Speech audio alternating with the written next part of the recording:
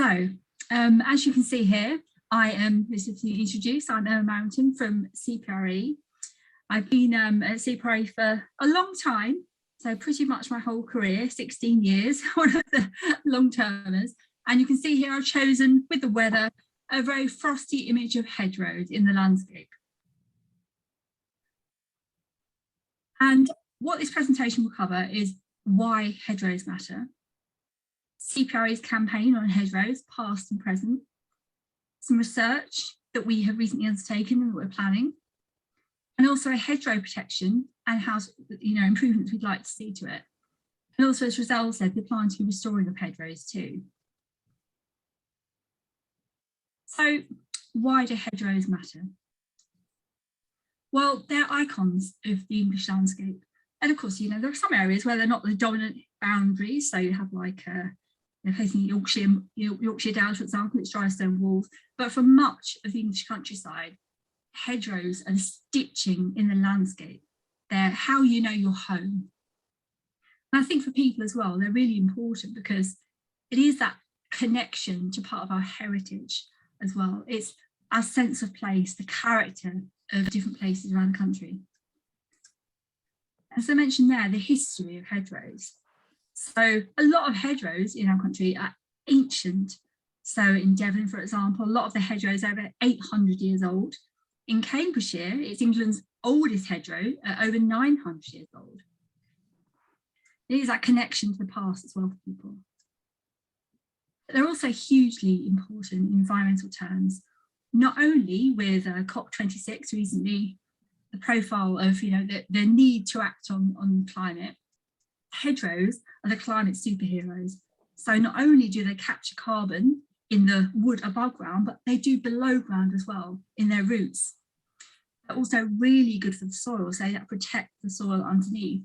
But also where, if you have a sloped field, for example, a hedgerow at the bottom, it will the soil will not be drifting through a hedgerow, be captured by the hedgerow. So it has that value as well. But they also clean the air, of course, like trees do. And they're just hugely beneficial for the environment in general. And wildlife as well. So, of course, a lot of UK's wildlife lives in hedgerows.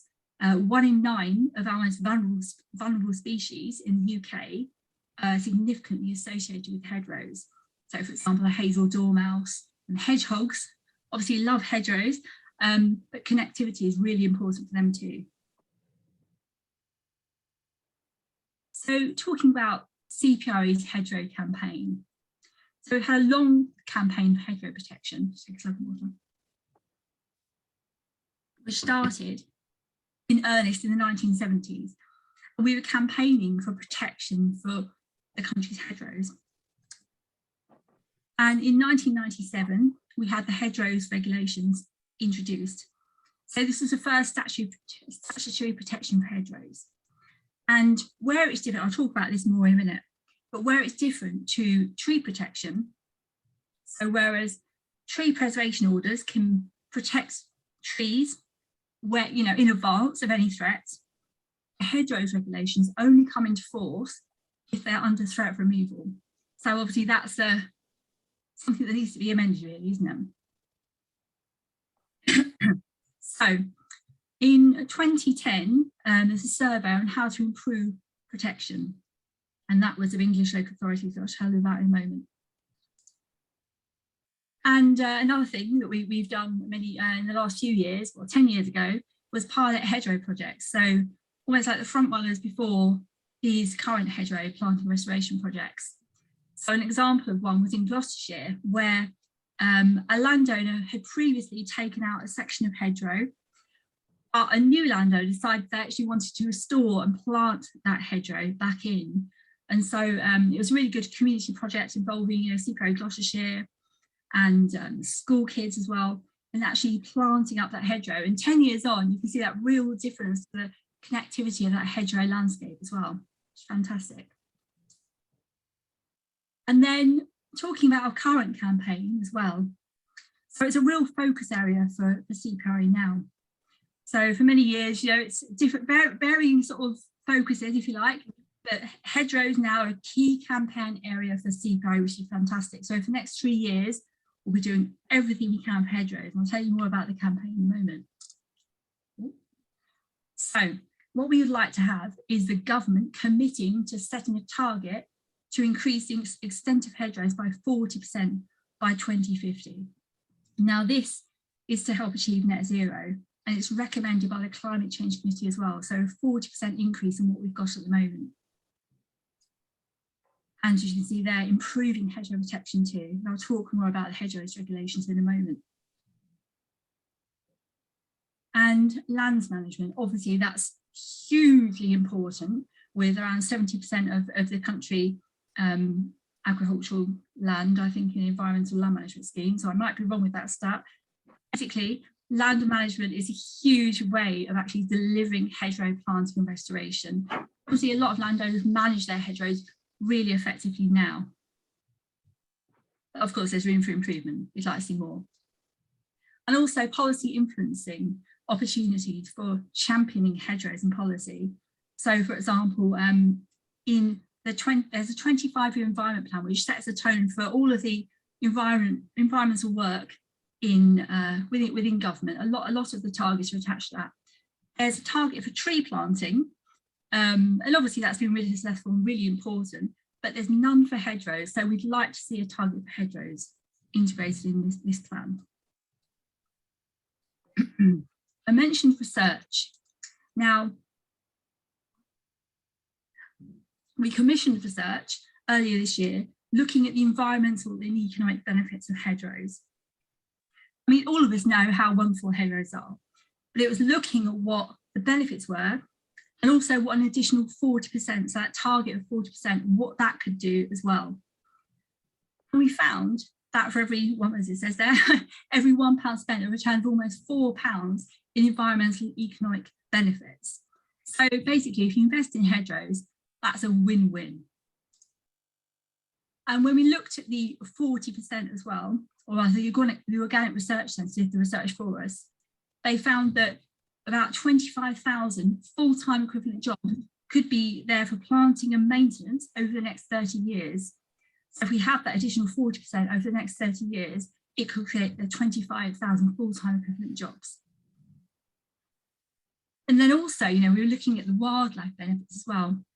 It was really interesting how, if we have 40% more hedgerows, how that would affect, particular iconic species. So people show about the UK's smallest bat, that would increase by about 17% in population.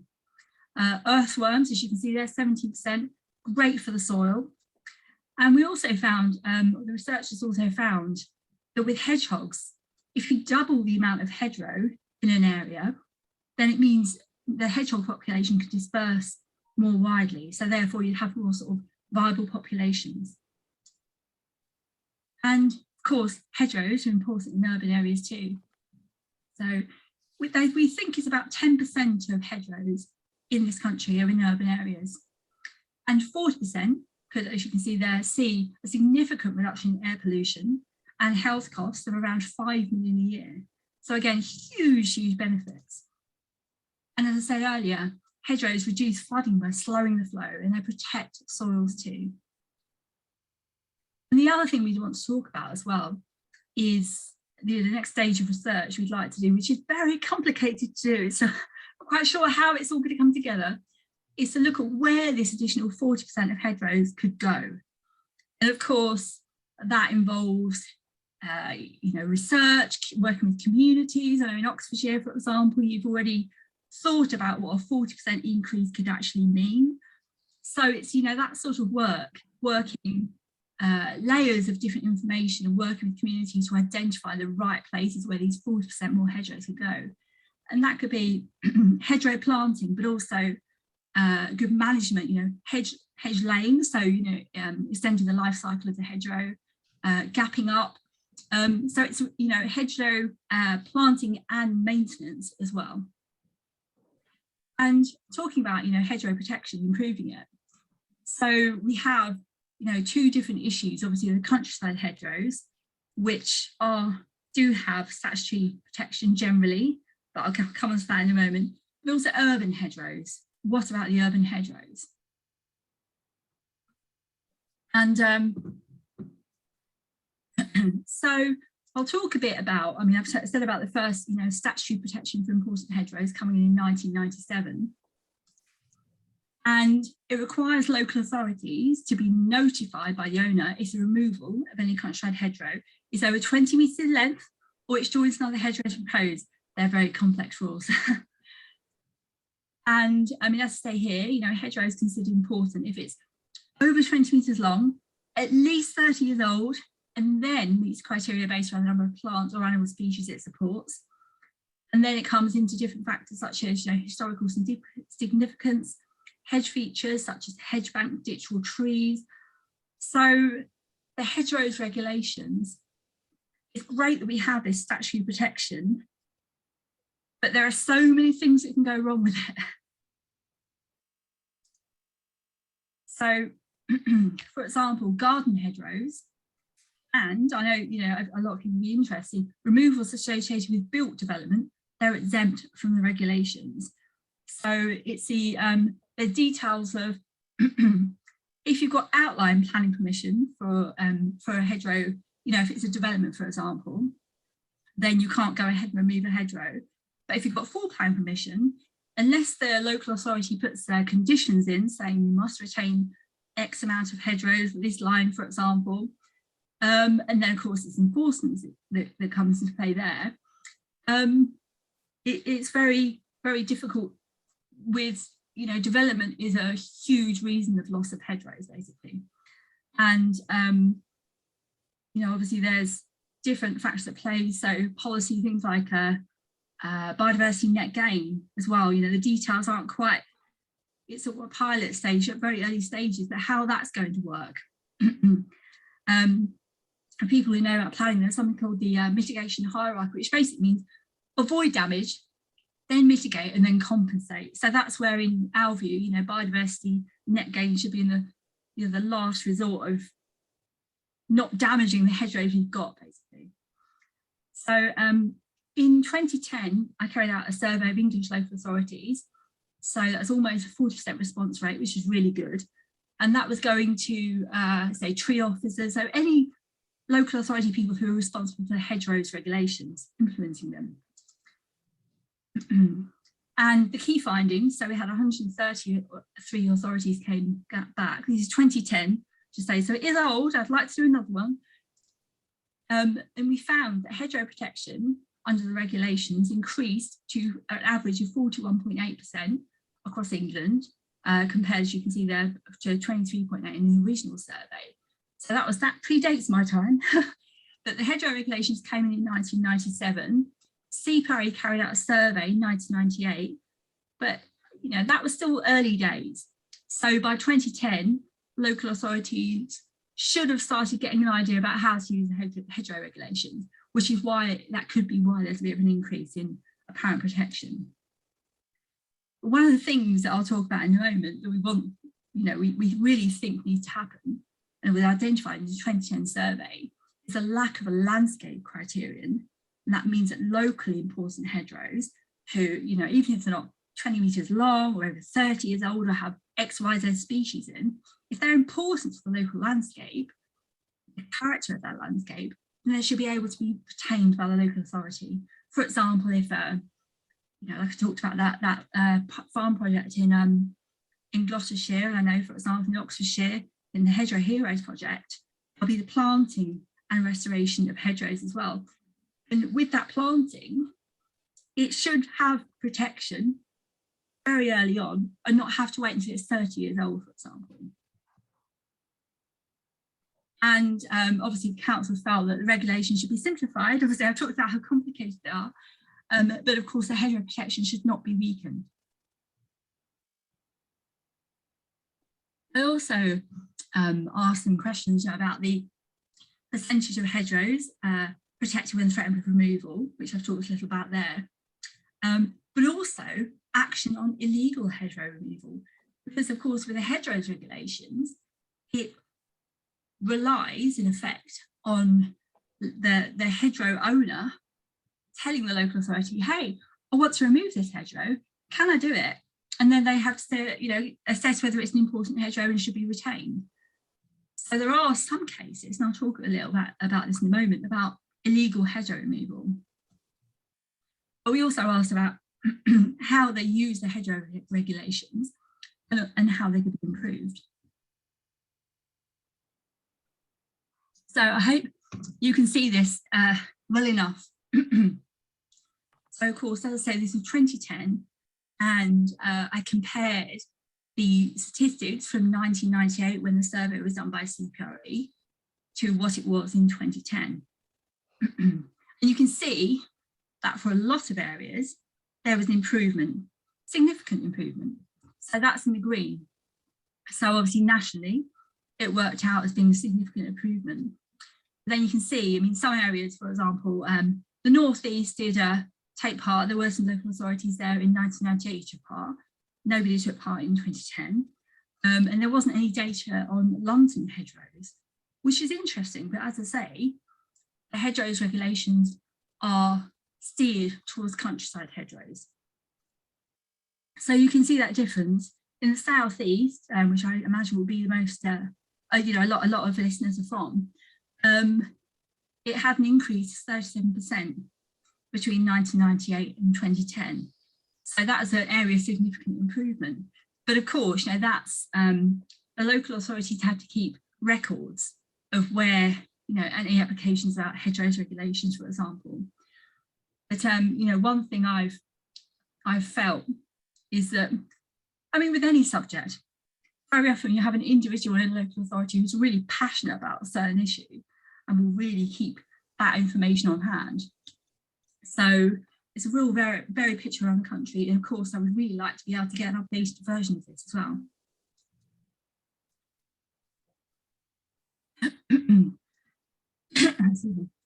And I said about illegal removal.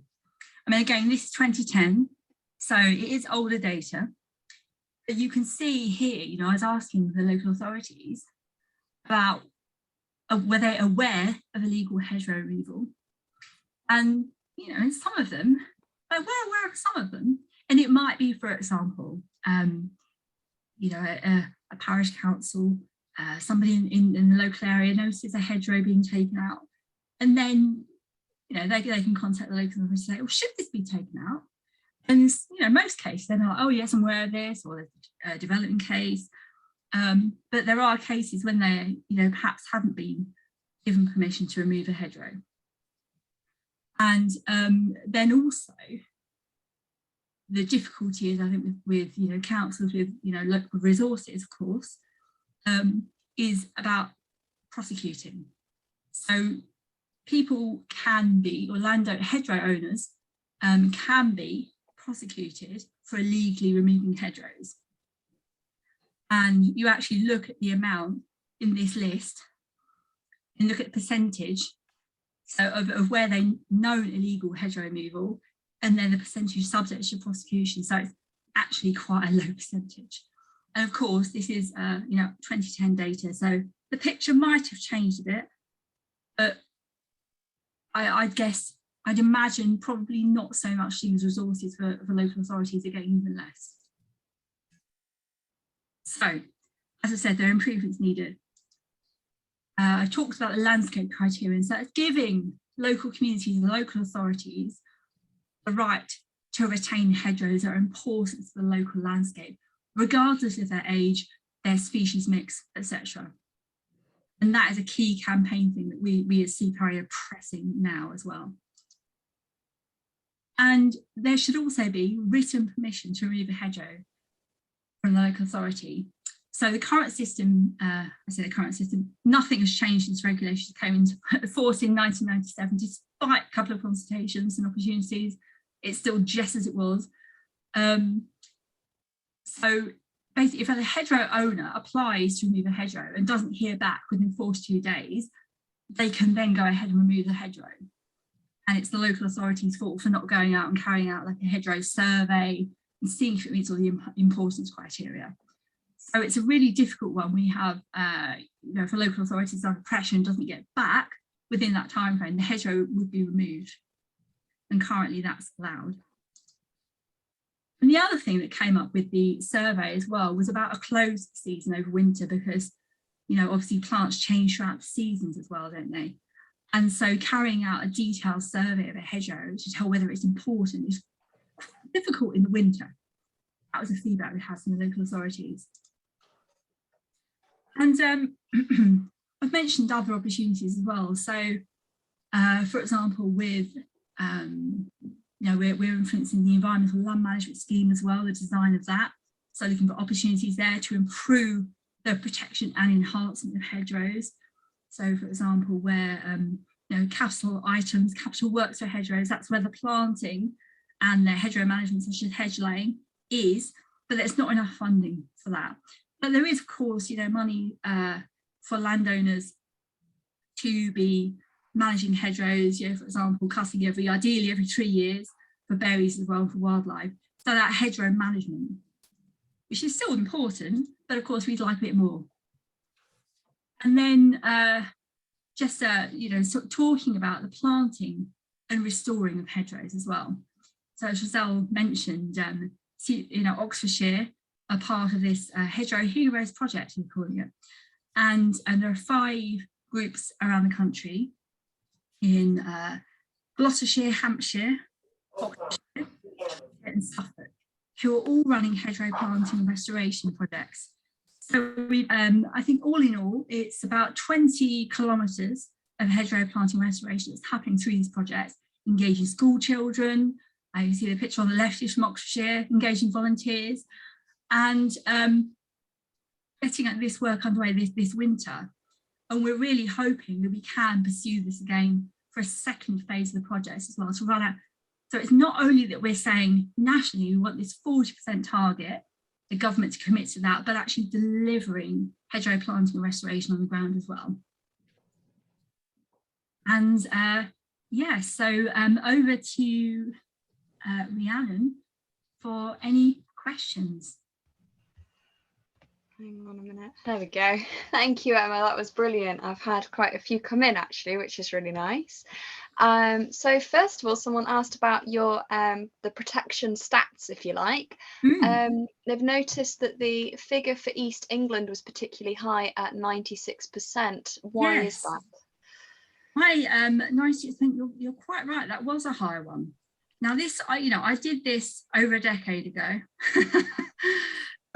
But as I remember it, it might have been because, the East of England landscape is varied. There are hedgerows, there's quite a lot of flat as well, isn't there? So it could have been in that area, it was perhaps fewer applications going in and therefore more were being protected when they were under threat. But it could have been about the species mix as well as, obviously to retain a hedgerow is important. It has to have the right species mix and the age as well.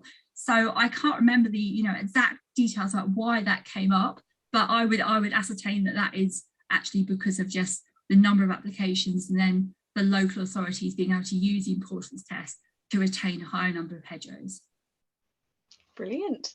Okay, I've got someone that's asked about the punishments, if you like, of not sort of ignoring the legislation. So we've got what sanctions can be applied if landowners don't get the right permissions or remove hedgerows illegally?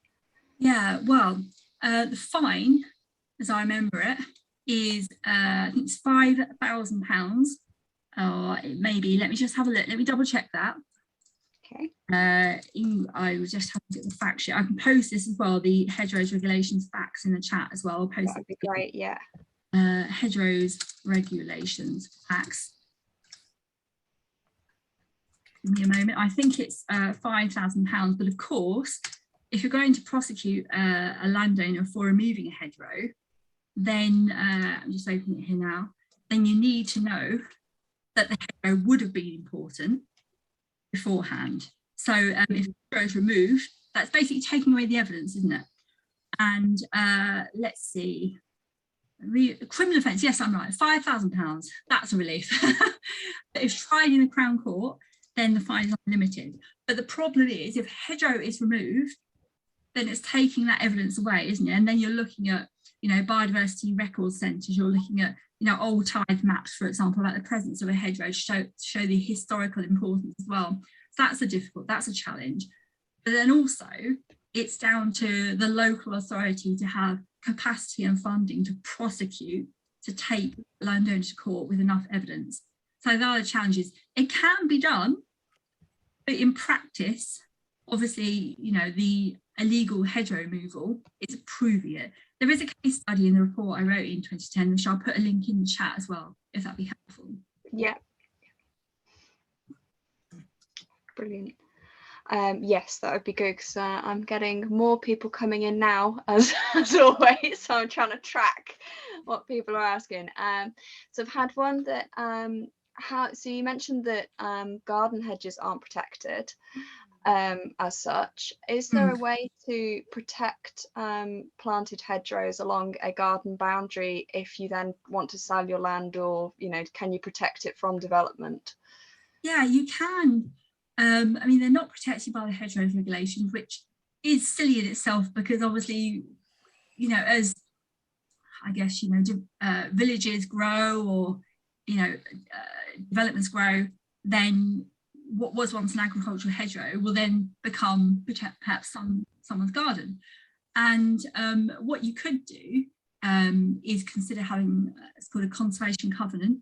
You could potentially see if you could apply that to your land, which would mean that, you know, if you want to protect that hedgerow, it depends on, you know, the size. If it's a small garden like what I've got, you know, maybe I wouldn't, but if you've got a, you know, larger area, then you could see about having a conservation covenant. So you can look for, I think the Environmental Law Foundation are still around, and they would be the people to ask about how to implement that on land.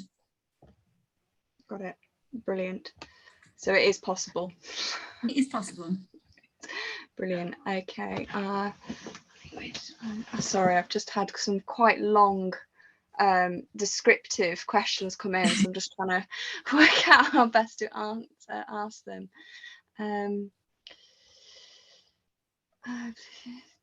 So someone's asked, why is netting put over hedges? Why do developers do that? Is it legal? Question. And it was in the media, wasn't it, 3 years ago maybe? Time's gone weird with COVID, hasn't it? Yeah. It was in the media pre-COVID, certainly, about some netting that had been put up. I think it was around a cliff to stop birds nesting back into it. Yes. And I think you know, I have also heard about that with development, seen pictures of that. And whether, I mean, I don't think it's generally acceptable, but of course I'd be biased. I don't think it's an acceptable practice, and any local authority given planning permission should have, you know, a requirement that that does not happen. But of course, I guess, you know, if it's happening in the bird nesting season, which is, you know, March through to September, if a development is being proposed then and they've got full permission, then, you know, maybe, you know, individuals, you know, parish councils, anyone responding to that planning application should be saying there should not, you know, this shouldn't happen in the bird nesting season, any hedgerow removal, for one, and also that netting it's cruel and unnecessary, isn't it, really? Yeah.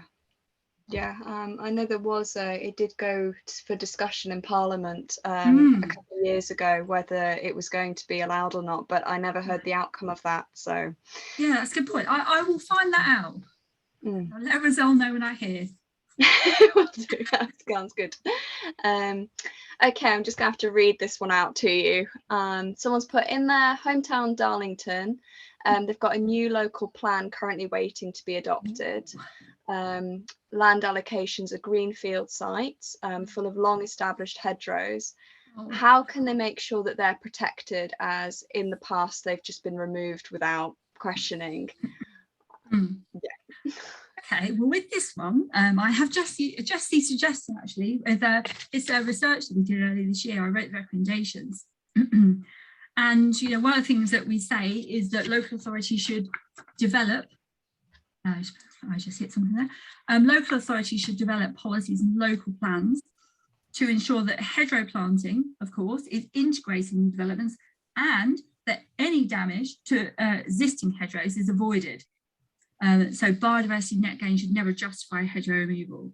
And so, you know, what I would say is with this, you know, with the local plan site allocations, if it's not been, you know, fully signed off, to press for a hedgerow protection policy. So basically the, you know, as I say, what's called the mitigation hierarchy with planning: avoid the damage, look to mitigate. So, you know, for example, if you can, you know, adjust the development slightly so that it maybe doesn't damage all of the hedgerows that it might have originally. So there could be planning conditions set on that. Or then it comes into biodiversity net gain, and that's a policy that's very, very new. And the sentiments are good, but in practice, it's still going to be damaging older hedgerows and replacing it with a line of whips, which doesn't quite work. Right. Okay. Okay, we've got, do we have any idea on the scale of hedge loss to development? Are LPAs compelled to tally and report on what length of hedge they have given permission to remove? Yeah, you know what, that is a really interesting one. And nowadays, I say nowadays, we didn't, in 2010, you didn't have the Freedom of Information Act. And so it was sort of self-selective. If you wrote to a local authority and said, oh, what are you doing about hedgerow protection? You know, how many permissions have you given, that sort of thing. And that is something that I will take away to the CPRE team, because we haven't done a survey of that, but it has come up as well in conversation. I think you, some of you would have seen Megan Gimber do a presentation recently, and you know, we as CPRE, you know, often work with you know, quite a few people, including Megan, and thinking about, you know, where is there any analysis about how development has affected hedgerow removal? And the answer is there isn't, but it'd be really good to have that information. So I'll take that away. Thank you. Okay. Okay, I've got somebody asking about how do the protection regulations operate for hedges that are so mismanaged they become ghost hedges, almost not hedges anymore. They've said just a few sad hawthorn bushes. Can they still be protected? That's an interesting one. With the hedgerows regulations, I mean, I'll post the fact sheet as well from CPRE in a moment.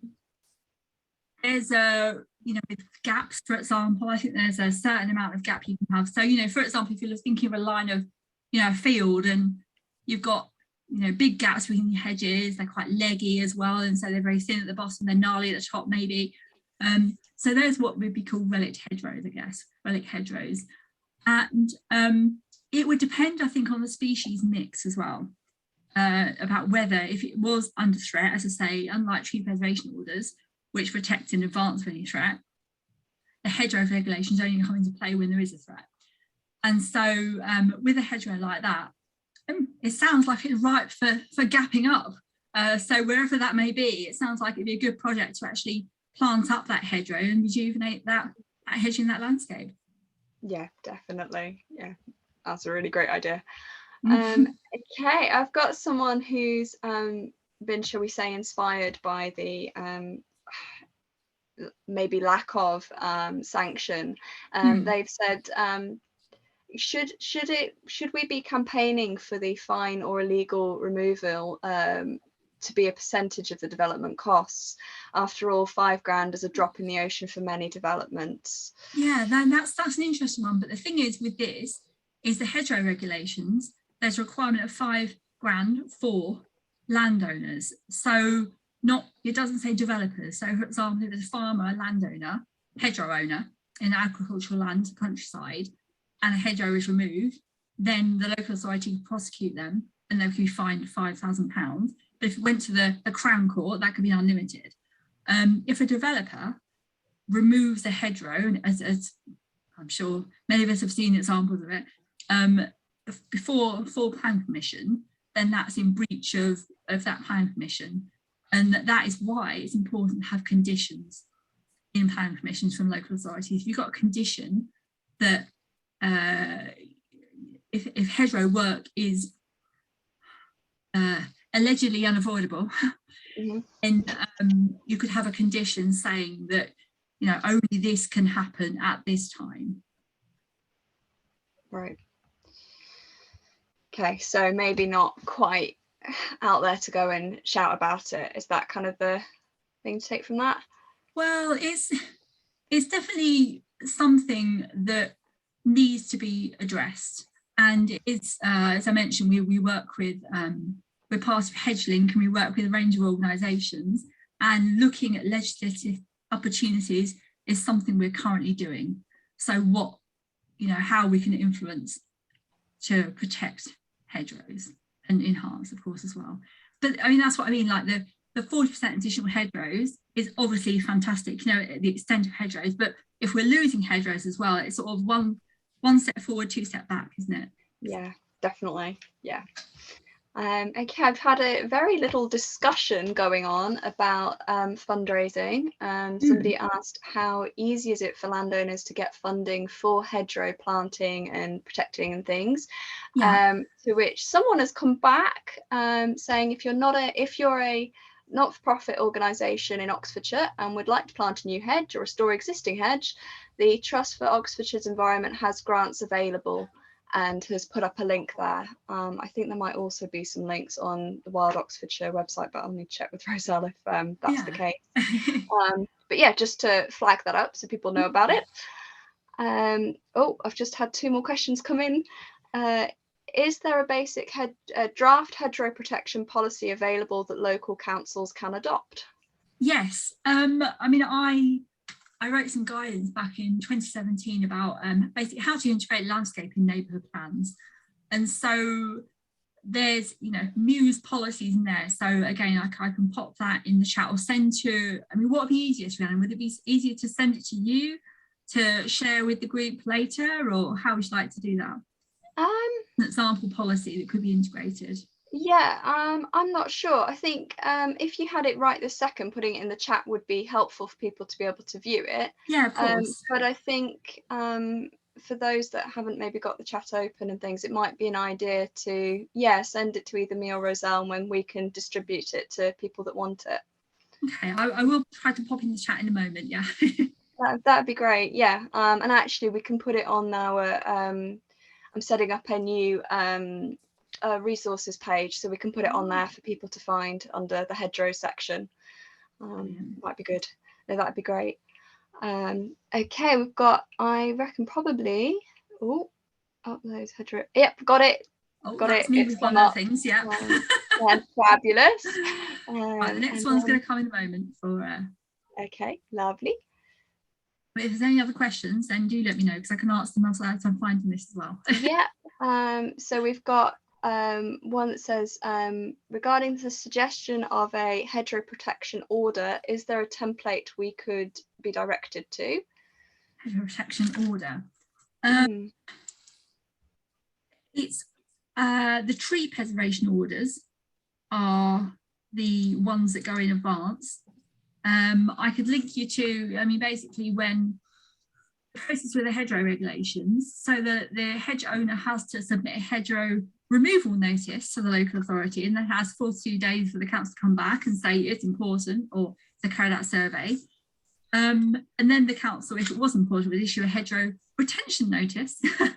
And that's how that would it would go.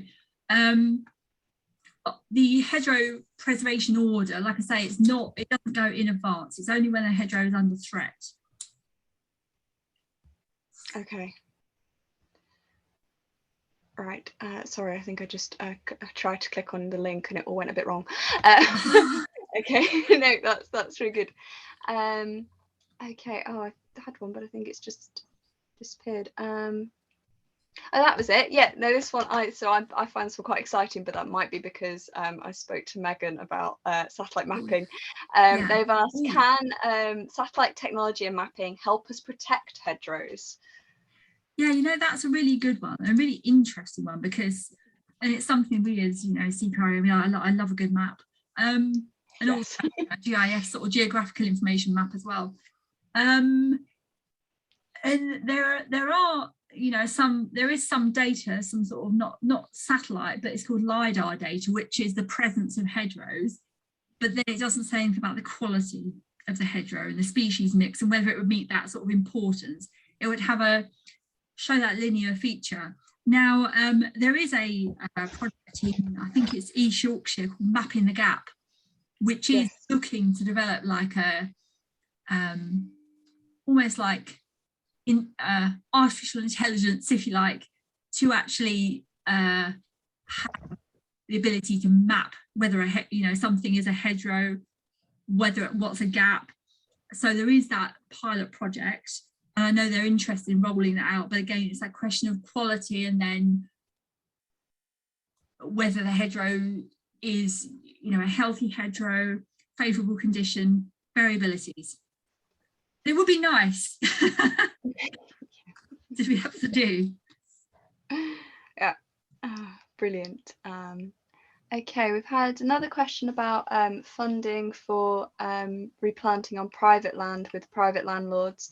What I would say with the funding is that on our website, if you go to community resources and follow the funding section, we have got some things up there about grants, more general grants that are available for enhancing areas for biodiversity. So some on there might be relevant. If not, if anyone else has got any more ideas, I suggest you either put them in the chat or yeah, let people know. Other than that, I think we've got through everybody's, which is fab. Yeah, so thank you so much, Emma. That was absolutely brilliant.